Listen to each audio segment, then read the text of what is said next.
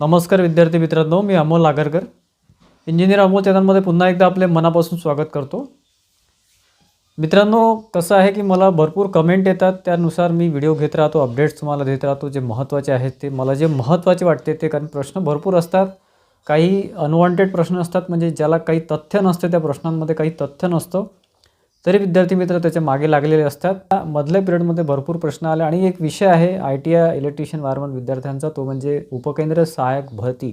सध्या तो खूप फोकसमध्ये चाललेला आहे आणि काही यूट्यूबवर कसं आहे की ते वरच्यावर त्यावर व्हिडिओ घेतल्या जात आहे. त्यामुळे विद्यार्थ्यांना एक आशा निर्माण झालेली आहे की आता ती वॅकन्सी येईल लवकर वगैरे वगैरे.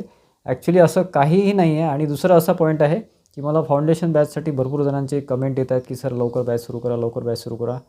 म्हणजे ॲक्च्युली कसं आहे की आपण ती 1 तारखेला सुरू करणार होतो, परंतु आता सध्या वर्क सुरू आहे आणि अपडेशनमध्ये म्हणजे जे काही रेकॉर्डेड बॅच आहे तर त्यामधले रेकॉर्डिंग जे लेक्चर आहे ते अपडेट करणं सुरू आहे.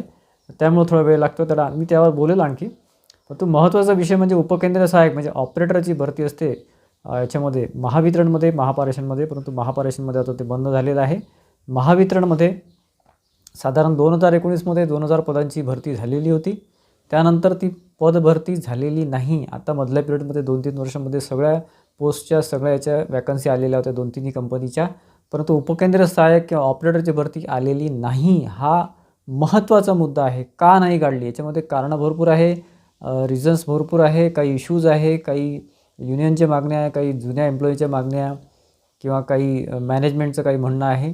तर त्यामध्ये वरच्यावर आपण जे अपडेट देत असतो, दर एखाद्या महिन्यात मी एखादा व्हिडिओ उपकेंद्र सहाय्यकचा स्पेशली घेत असतो, तरी विद्यार्थी मित्रांचे प्रश्न असतात तर सर यावर जास्तीत जास्त तुम्ही अपडेट द्यायचा प्रयत्न करा.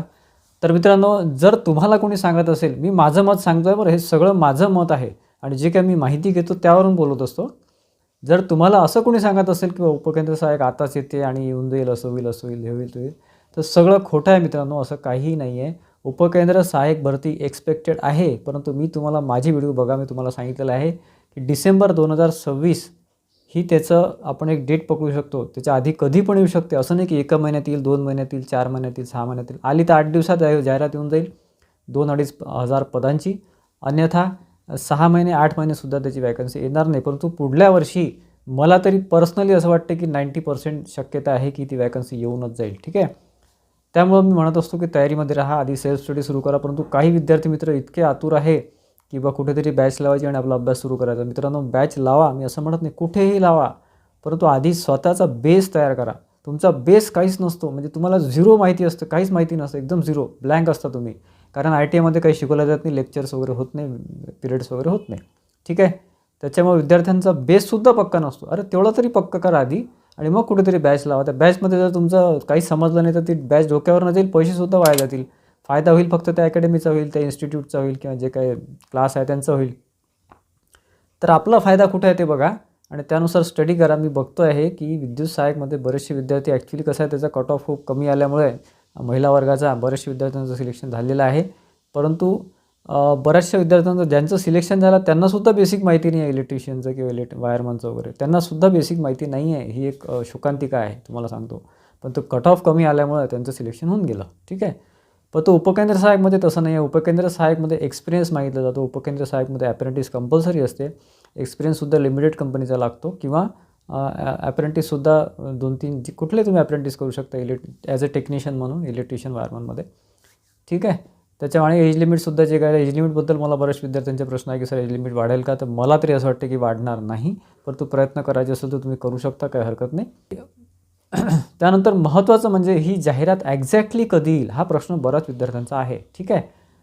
एक्झॅक्टली ही जाहिरात कधी? मी तुम्हाला सांगितलं आहे की जाहिरात आली तर ती 8 दिवसात, 15 दिवसात, 1 महिन्यात जर मॅनेजमेंटला वाटलं महावितरणच्या तर ते जाहिरात प्रकाशित करतील.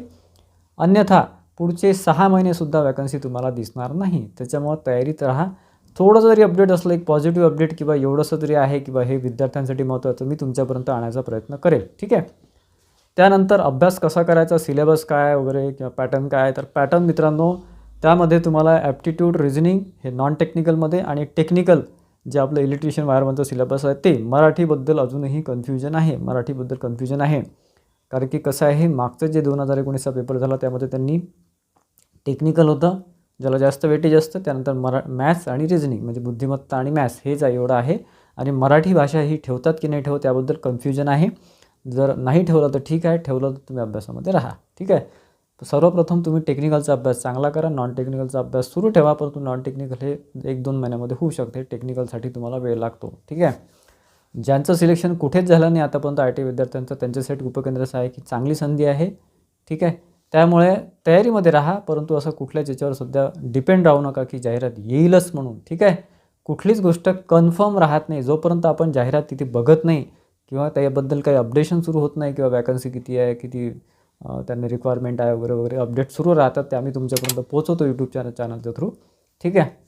तर त्यामुळं तयारीमध्ये राहा, बेसिक तयारीमध्ये राहा. एकदम असं नाही की बा आता एका महिन्यातच जाहिरातीने आता मी एकदम कुठेतरी मोठा कोर्स लावतो आणि जॉईन करतो वगैरे, असं करू नका. इतकं काय एकदम एका महिन्यात काही खूप मोठी जाहिरात येणार नाही आहे. तुम्हाला काहीतरी त्याचं अपडेट मिळालं, आधी अपडेट आपण तुमच्यापर्यंत पोहोचू. त्यासाठी आपल्या चॅनलला नक्की सबस्क्राईब करून ठेवा. आणि दुसरा प्रश्न विद्यार्थी मित्रांचा असा असतो, मला म्हणजे मधल्या पिरियडमध्ये ॲक्च्युली फाउंडेशन बॅचचं आपण अनाउन्समेंट केली होती. ITI डिप्लोमा म्हणजे JEE आणि टेक्निशियनसाठी, विद्युत सहाय्यकसाठी किंवा उपकेंद्र सहाय्यकसाठी मुख्यत्वे. तर त्याच्या बॅचचं जे आहे त्याच्यावर काम सुरू आहे मित्रांनो. थोडासा कसं आहे, मी इंडिव्हिज्युअली काम करत असतो. माझ्याकडे कुठल्याच प्रकारचा स्टाफ नाही. मी स्वतः सगळं काम करतो. व्हिडिओचं एडिटिंगपासून शूटिंगपासून सगळं मी स्वतः करतो. तसंच व्हिडिओचे जे काही आपले आता लेक्चर्स आहे, रेकॉर्डेड बॅच आहे. रेकॉर्डेड लेक्चर जे आहे मी स्वतः सगळं कंडक्ट करतो आहे, मी स्वतः घेतो आहे माझ्या वेळेतून, म्हणजे वेळात वेळ काढून. त्यामुळं थोडा वेळ लागतो आहे. माझ्याकडे असं काही स्टाफ नाही आहे की बा हे तू कर, हे त्याला दे, असं माझ्याकडे नाही आहे. मी स्वतः काम करतो, त्यामुळं थोडा वेळ लागतो आहे. तर थोडं पेशन्स ठेवा. स्वतः त्याच्या तयारीमध्ये आहे. डेमो लेक्चर अपलोड झालेले आहे, त्याचा सिलेबस अपलोड झालेला आहे, एक साधारण काही लेक्चर्स अपलोडसुद्धा झालेले आहे, रेडी आहे. फक्त एक 8 दिवसाचा वेळ अजूनही तुम्हाला लागू शकतो. ठीक आहे. त्याच्यामुळं असं एक्सपेक्टेड धरा की 15 तारखेच्या जवळपास किंवा 15 ते 20 तारखेच्या जवळपास तुम्हाला फाउंडेशन बॅच आपली मिळून जाईल, जी IT इलेक्ट्रिशियन आणि JEEसाठी किंवा डिप्लोमा इलेक्ट्रिकलसाठी अतिशय उपयुक्त ठरणार आहे. माझे स्वतःचे लेक्चर आहे. सध्या नोट्सवर काम सुरू आहे आणि व्हिडिओ रेकॉर्डेड फॉर्ममध्ये जे आहे त्यावर काम सुरू आहे. सगळ्यात महत्त्वाची गोष्ट, यावर मी खूप विचार केला. मला विद्यार्थ्यांची सुद्धा रिक्वेस्ट होते की सर फी कमी ठेवा, आणि सगळ्यात महत्त्वाची गोष्ट याची फी ही अतिशय अल्प राहणार आहे. सध्या मी कन्फर्म सांगू शकत नाही, पण तो मिनिमम फी ही 1500 राहणार आहे. आणि व्हॅलिडिटी जर जास्त आपण दोन याच्यामध्ये दिलेलं आहे, 2 व्हॅलिडिटीमध्ये. कमी व्हॅलिडिटीमध्ये जी आहे ती 1500 फी आहे आणि थोडी जास्त व्हॅलिडिटी घेतली तर 2000 फी आहे. ठीक आहे. तर अतिशय अल्प फीमध्ये माझा प्रयत्न तोच आहे की प्रत्येक विद्यार्थ्यांनी ही बॅच आवर्जून घेतली पाहिजे, जेणेकरून पुढे जे वॅकन्सी येणार आहे त्यासाठी तुम्हाला हा एकच कोर्स हा खूप उपयुक्त ठरणार आहे. ठीक आहे. आणि त्याचं नोटिफिकेशन तुम्हाला येईलच, किंवा तुमचं जे काही तुम्ही ॲप डाउनलोड केलं असेल, आपलं इंजिनिअर अमोल आपला ॲप आहे, खाली डिस्क्रिप्शन बॉक्समध्ये लिंक आहे. जर तुम्ही डाउनलोड केली असेल तर तुम्हाला नोटिफिकेशन ऑटोमॅटिक येईल. जर डाउनलोड केलं नसेल तर डाउनलोड करा, किंवा यूट्यूबवर आपण सुद्धा त्याचं एक व्हिडिओ डिटेलमध्ये देणारच आहे. कशी बॅच राहील, काय राहील, किती दिवसाची राहील, किंवा रेकॉर्डेड फॉर्ममध्ये कसं काय राहणार आहे. ठीक आहे. तयारी ही जनरल चालू द्या, कुठल्याही एक्झाममध्ये कामात पडेल अशी तयारी सुरू ठेवा. परंतु पर्टिक्युलर एका पोस्टसाठी, उपकेंद्र सहाय्यकसाठीच मी तयारी करेल असं मनात धरू नका. ठीक आहे. तसा अभ्यास तुमचा सुरू ठेवा. आशा करतो की बऱ्यापैकी एक छोटंसं अपडेट तुमच्यापर्यंत मी पोहोचवलं तुमच्या कमेंटनुसार. व्हिडिओ आवडला असेल तर व्हिडिओला लाईक करा आणि जास्तीत जास्त विद्यार्थ्यांमध्ये शेअर करा, जेणेकरून त्यांनासुद्धा ही महत्त्वाची माहिती मिळेल. आणि आपलं चॅनल सबस्क्राईब केलं नसेल तर नक्की सबस्क्राईब करा, कारण पुढचे जे अपडेट्स आहेत ते अतिशय महत्त्वाचे तुम्हाला मिळतील. धन्यवाद मित्रांनो.